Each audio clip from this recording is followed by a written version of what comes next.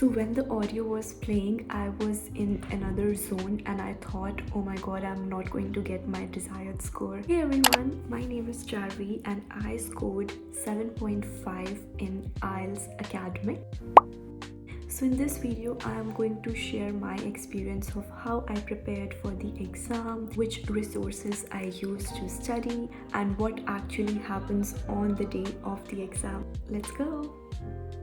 Okay, so before we begin, I'm going to talk a little about IELTS. So IELTS is basically an English language test which will tell you the skills that you have in English. So you have 4 parts in IELTS. In the first part, you have to listen to some audios and then answer the questions accordingly. In the second part, you're going to have a paragraph. You will read that and then answer the question. The third one is the oral, in which you have to make a conversation in English with a person who will be taking your exam. The last one is the written. You'll get 2 different topics. It depends on which IELTS you are giving. You just have to basically write a paragraph, a letter, whatever has been asked from you. So I personally gave IELTS academic. I think we have 2 IELTS, IELTS general and IELTS academic. As far as I have heard, the IELTS academic is a little difficult than the other one, but you can check which one is required for your goal. I was applying for English language assistant, so for that the minimum of 7.5 was required. At least scored 7.5. You will be able to see my result in here of what I scored in what. So I'm going to divide this video into 4 parts, talking about each part, and at last I can tell you what actually happens on the day of the exam. Talking about the first part, which is the listening. So in listening, there will be some audios played and you have to answer the questions. Honestly, for the listening part, it's quite easy. When you listen to the audio, when you practice, it's not that difficult. It will feel like it's really slow, but of course, given that you already have a good grasp in English, so if you do, so yes, the audios will feel really slow and you'll be able to find the answers. Only catch in here is the audios are just played and sometimes you're not able to concentrate your 100%. So in that case, you can miss some of the answers, which quite happened with me as well during the exam, but I was able to manage in another parts.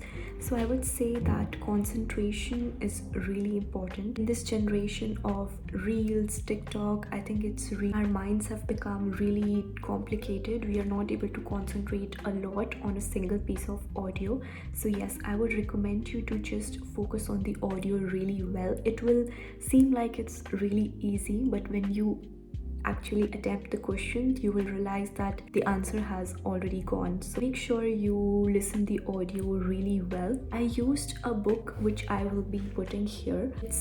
It has all of the sample papers. I borrowed this book from a friend. You can purchase it on Amazon, I guess. So it basically has proper sample papers as you get during the exam. So I forgot to mention this part, but IELTS has 2 different types. Either you can do a pen and paper, that means you can just write your exam on a piece of paper, and the second option is online, so you basically have to type in everything. So what I chose the online because I was good at typing, so I thought that will save me time. Another reason for choosing the online is that when you do the written part, the number of words, pretty strict about the number of words you write. So if you do the pen paper, it's difficult that you count all the words and it should be accurate. So when you do the online thing, it automatically just shows you how many words you wrote. So I think it's pretty easy if you have a good grasp of typing or computer. But no matter which one you choose, you have to visit a center to go through with the exam. Coming to the second part, which is reading. So for the IELTS academic, the reading was a bit tricky. You really need to have a good level of English in order to do the reading really well. So your desired score could be 6.5. It depends on the universities or wherever you are applying. But yes, I would say reading does need a lot of practice. You need to have a good vocabulary. It's really not that basic that this is the question and you can directly quote the line and just paste it there. It does not work out like that. You have to rephrase the sentence, or the answer won't be very direct, to be honest. So again, for all of the parts for reading as well, I used the same book. When you apply for IELTS, you are going to also receive a free book from their end.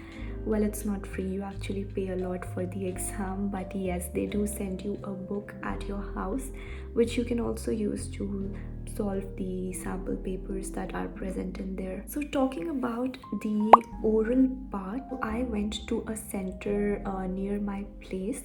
There was a woman who was taking my oral exam. She was on the computer screen, so not physically present in front of me.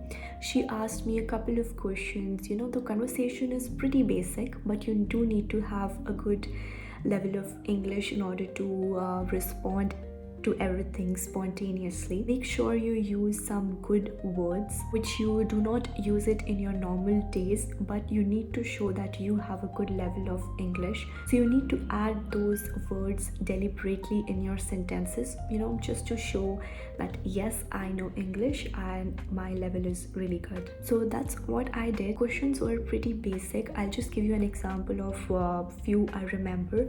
So she asked me about mirrors.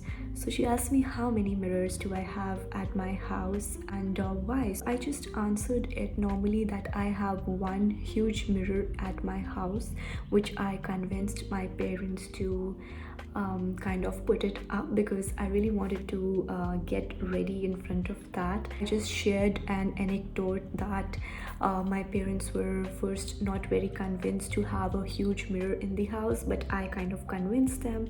So basically, you can just talk about anything, you can rant about anything, but make sure you use correct English. You can tell out as many as stories as you can.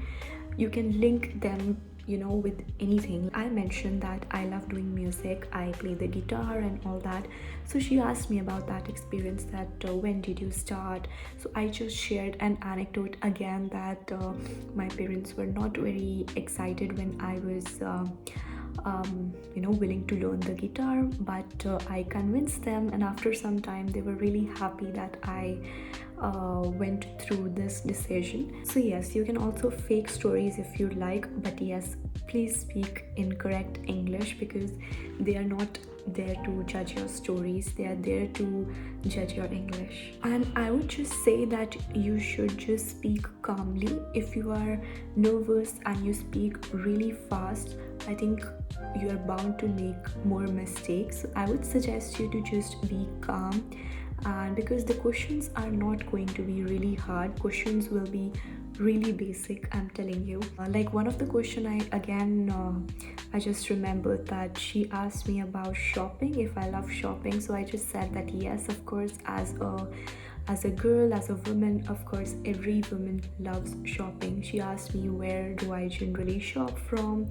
So I'm from Delhi, so I mentioned I usually go to Sarojini Nagar for some cheaper clothes, and if I need to buy something else, I try that market and this and that. So basically you just create whatever is coming to your mind and use the correct English. Okay, so the last part is the written part, which is I think the most trickiest one. I think in the first one you just need to write a paragraph, and in the second one there's a graph or something, and you have to describe that using some good vocabulary. So I would say it wasn't that easy. You need to practice the words, but you will be finding those words in the book that they sent you, and also the one that I recommended. I'll try to put the link of these books in the description for you to purchase. A special tip from my end would be that they basically want to know that if you have a good level of English, so you should be learning some good synonyms of basic words that you use. For example, if you say that I love listening to music, you can just change it a bit. You can just say I adore listening to music. This is just one example that I gave. There are multiple examples that you can use. For this, I would recommend you to maybe try AI or ChatGPT if you like. You can use it in a good way as well. You can basically ask for synonyms for basic words, because that's how I practiced. I just recorded myself once, and I noticed which are the words which I am using all the time. Maybe those specific words I can improve. If I am just giving an example, just not by using for example, I can maybe say to illustrate it even more. So you just need to show that I know English. Okay, so talking about the day of exam, I had my exam, I think, pretty early during morning, because maybe that's how I chose the timing. I don't remember, but I think I paid around 17,000 at that time for this exam, which is too high. And that's also the reason that we need to be very prepared, because we have spent a lot and nobody wants to spend it again to give the exam, right? You can choose the date whenever you want, but make sure that you are ready. I've seen people just losing marks for a few points, due to which they're not able to get their desired score, which is really disappointing. So make sure you only apply for the exam when you're absolutely ready. So yes, coming back to the topic, on the day of exam, I went to the center. We were asked to submit our mobile phones. We went to a specific room. The exam just started. There was nothing else to do there. I think first I did the listening part, and then I did the reading, then the written part. All of that just ended. It was just on a computer screen. You need to focus. You have the time limit just mentioned there, and as soon as the time limit ends, your exam will just stop. So you need to be quick. So after all of the three parts were done, then I had my number for the oral part, which was again, like I said, with the woman, with the teacher, I guess. I'm not sure. She was on the computer screen. We were having a conversation just like that. I think it maybe went around 10 to 12 minutes, maybe 15. I don't remember exactly. And yes, after that, you just go to your house and chill, and just, in anxiety wait for your results. For me, as I applied for the online exam on the computer, so my result literally came the next day. I think for people who give pen and paper, the results for them take a bit longer, so that's also why I chose the online, which is much better. So yeah, when I saw my results, they were 7.5, exactly the score that I needed. I was just scared if I'll just maybe get 7 or something. Thankfully, I got my desired score for France, and I am currently in France. So yeah, in case you have any other doubts of how I prepared, or any other questions regarding to this exam, feel free to comment down below. You can also follow my Instagram to know more about my journey. And yes, if this video was helpful, don't forget to subscribe to my channel. So I guess I will see you in the next video. Till then, all the very best for your exam, and I really hope you score really well, and bye bye.